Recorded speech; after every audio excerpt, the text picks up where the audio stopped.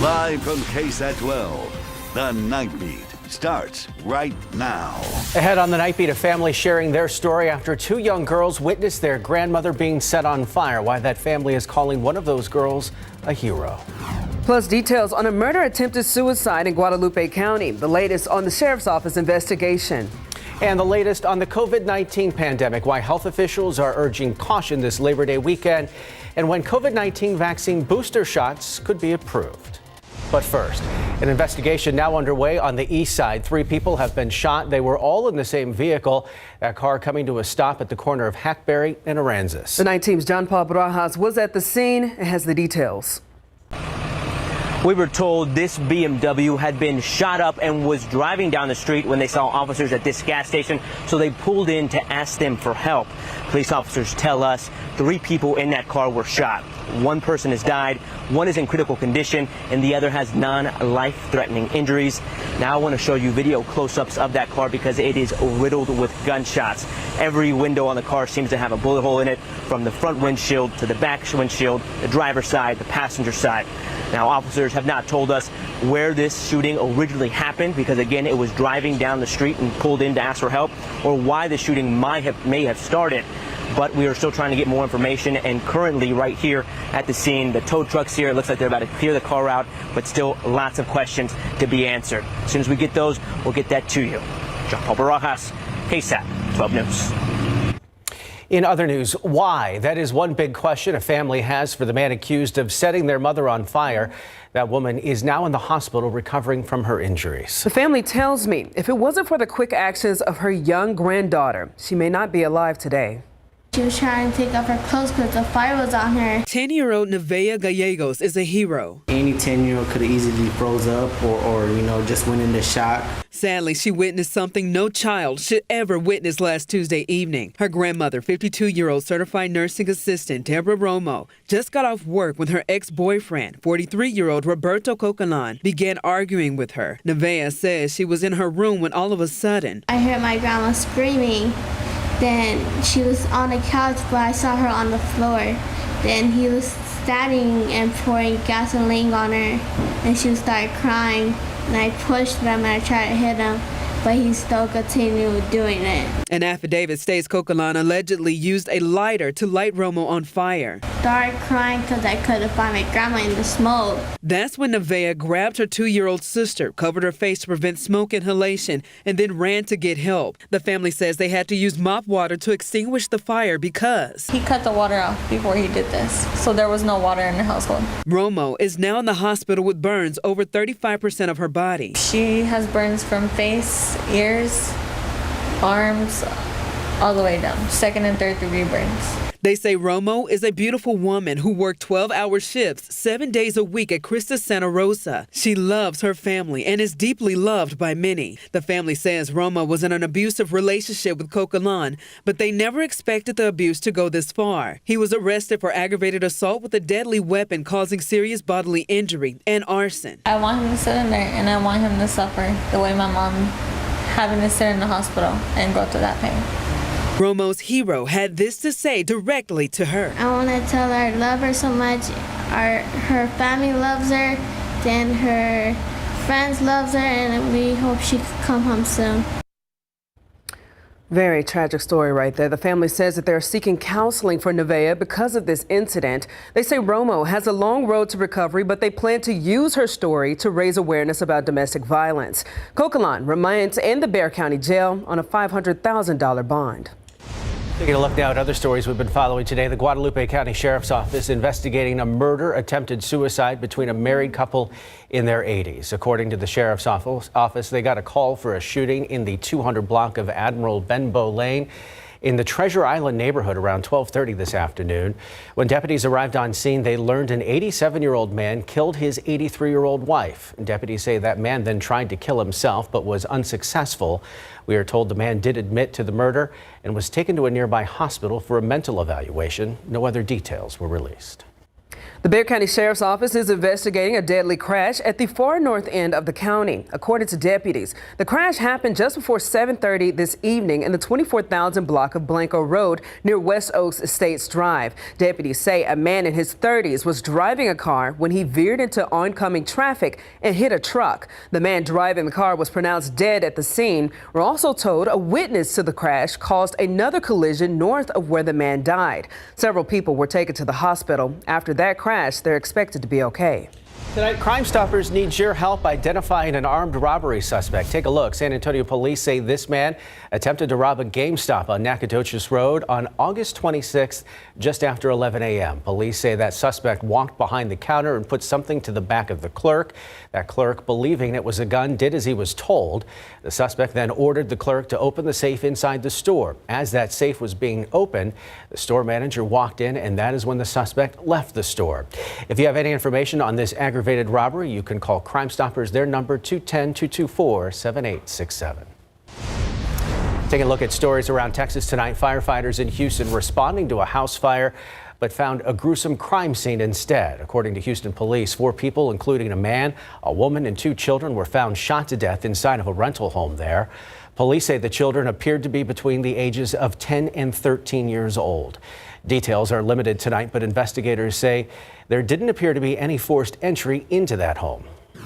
And when I speak for myself, I speak for this entire department.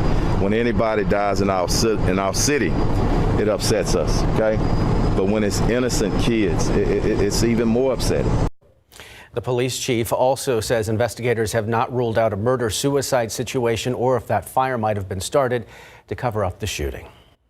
A fallen Austin firefighter will be laid to rest here in San Antonio this week. Firefighter Rodney Kelly, a 20-year veteran with the Austin Fire Department, passed away last week. The visitation for Kelly will take place tomorrow from 5 p.m. to 7 p.m. at the Porter Loring Mortuary North.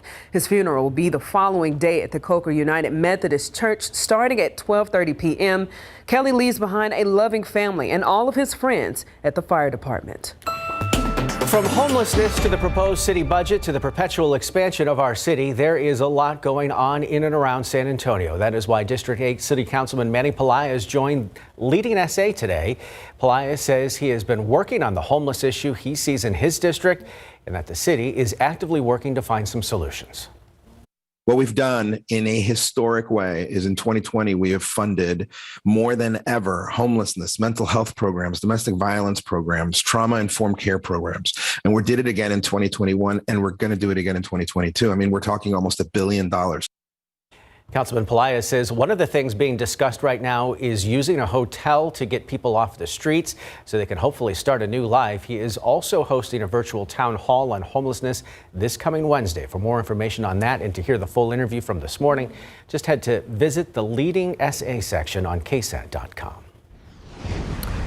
KSAT 12 is getting ready to launch a new viewer-driven online newscast. KSAT 12 News Now starts this Wednesday at 11 a.m. Alicia Barrera and RJ Marquez will bring you accurate reporting and entertaining conversations around the biggest news of the day. You can stream it live on KSAT.com, KSAT 12's Facebook page, the KSAT TV app, and on devices like Roku and Fire Stick. Looking forward to that new show there. Take a look outside with live cam, and as you can see, it's a clear, calm night across San Antonio, and it's a warmer one too. You know, we got to see a high temperature awfully close to 100 degrees at the airport. Felt like it anyway. But outside right now, we are experiencing pretty mild temperatures. In fact, it's close to 90 degrees even right now as we've seen the sun set and we're closing in on midnight. 87 here at the airport, 81 in Comfort, 75 though at Bernie Stage Airfield, and 76 in Comfort. Meanwhile, still 93 degrees in Del Rio and 93 in Cotulla. Tomorrow is Labor Day. Here's a grilling forecast, flipping some burgers and some hot dogs tomorrow. You're going to be dodging a few showers and storms as well between the hours of about 3 p.m. to about 9 p.m. So I have a look further at where those rain chances are best, and we'll take a look at those toasty temps leading into next week in just a few minutes. Tim? Thank you, Sarah. 38 million Americans are expected to travel this holiday weekend, and health officials are urging everyone to remain vigilant amid the growing surge of COVID-19 cases. The health officials also saying the surge is fueled by the highly contagious Delta variant. Here's Alex Perche with the details. With daily COVID cases reaching levels not seen since January, there's concern this Labor Day holiday could be a catalyst for further spread of the virus. The country currently averaging more than 153,000 new cases a day. Nurses at Maine Medical Center in Portland are struggling amid the surge in COVID patients. We come to work every day. Good. And we know it's going to be a hard day. Every day is going to be a hard day. We're all tired. We all just try and take care of each other. Today I'm taking care of a man in his mid-40s. He's unvaccinated, who's an otherwise healthy person who's now in here dying with COVID. The ICUs in 7 states are now at or above 90% capacity. This weekend, college football making a comeback. Stadiums across the country packed with fans. With many students already back on campus, some universities are seeing a rise in cases. It was really unfortunate when we came here and COVID started exploding. Everyone's really nervous, and it's a scary situation. Across the country, some schools are being forced to temporarily close. In Texas alone, our ABC station KTRK reporting at least 45 school districts with more than 40,000 students have shut down in-person learning because of COVID infections. I think Delta variant being more contagious than previous, variants of the coronavirus is just kind of a game changer for pediatrics. A new ABC News Washington Post poll found 67% of people support mask mandates in schools. The poll also found that vaccine hesitancy is at 17%, down from 32% in January. Alex Perche, ABC News, Washington. Meanwhile, federal regulators are considering a booster shot of the COVID-19 vaccine within the next few weeks. Dr. Anthony Fauci says the White House would most likely roll out part of its plan by September the 20th, but that plan would first have to get approved from the FDA and signed off by the CDC. The good news about our vaccines, if you get the level of antibody high enough, which boosters actually do, then you can feel pretty confident that you're going to be protected against virtually any variant. According to the CDC, about 62% of the U.S. population has had at least their first shot, while 53% of the nation is fully vaccinated. Still ahead on the Nightbeat, we'll have an update on the unfolding situation in Afghanistan, why U.S. officials say the country is at risk of another civil war. Plus, we'll get a first look at the latest KSAT Explains, this one on the 20th anniversary of the 9/11 terrorist attacks.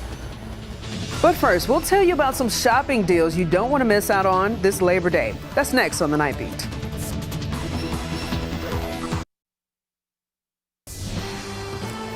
Turning to a little bit lighter news here. If you've had enough of the beaches and barbecues on this long holiday, there's still the Labor Day sales. ABC's Becky Worley has been scoping out the best deals.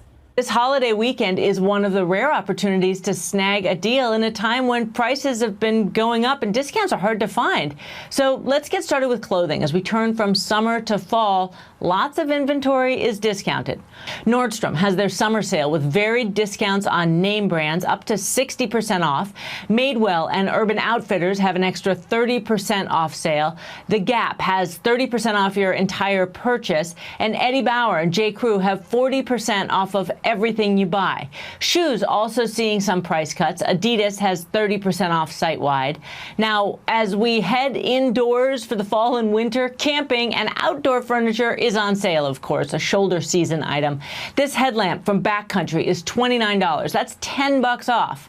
This vest from REI, now $55. That's a $24 discount.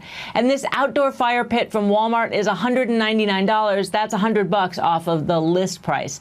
Finally, some home and kitchen items on sale. Mattresses. Stores like Mattress Firm have their King for the price of a Queen sale. That can be $300 to $500 off.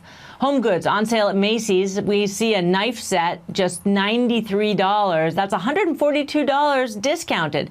And this mini fridge for the college kid in your life is just $99, $10 off, but a crucial purchase. Happy Labor Day, happy deal hunting. She sounded a little depressed. I know, there right? I was just like, girl, wait. She's working the holiday weekend. Who wouldn't be? Especially staying up late after football. All right, we've gotten awful close. It's felt like 100. We haven't hit that psychological barrier yet. And this is the anniversary of our hottest temperature. That's right, Tim. In fact, we'll crunch the numbers here for you. Yeah, we did not technically hit 100 degrees at the airport, but it felt like it anyway. So who's counting? Let's take a look at those numbers, right? All right, 99 for the high today. That's about 6 degrees above the average, but as Tim was mentioning, this is the anniversary of our hottest temperature ever recorded in San Antonio. This day, 21 years ago, in 2000, we hit 111 degrees. So it could be worse. It really could be worse. So this is a look at the high temperatures around the area. We got up to 102 in Pleasanton, 99 in Gonzales, 100 in Carrizo Springs, and 102 in Del Rio.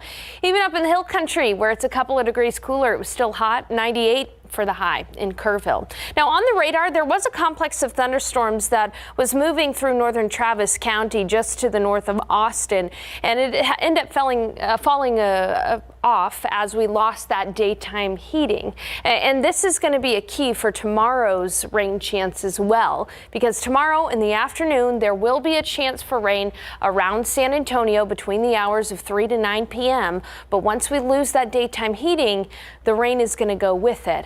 All right, a wider view. Why are we seeing that rain near Travis County? Well, the reason for that is there is a weak frontal boundary across central Texas right now. Now that frontal boundary is going to stall, and it's just going to meander around south central Texas tomorrow.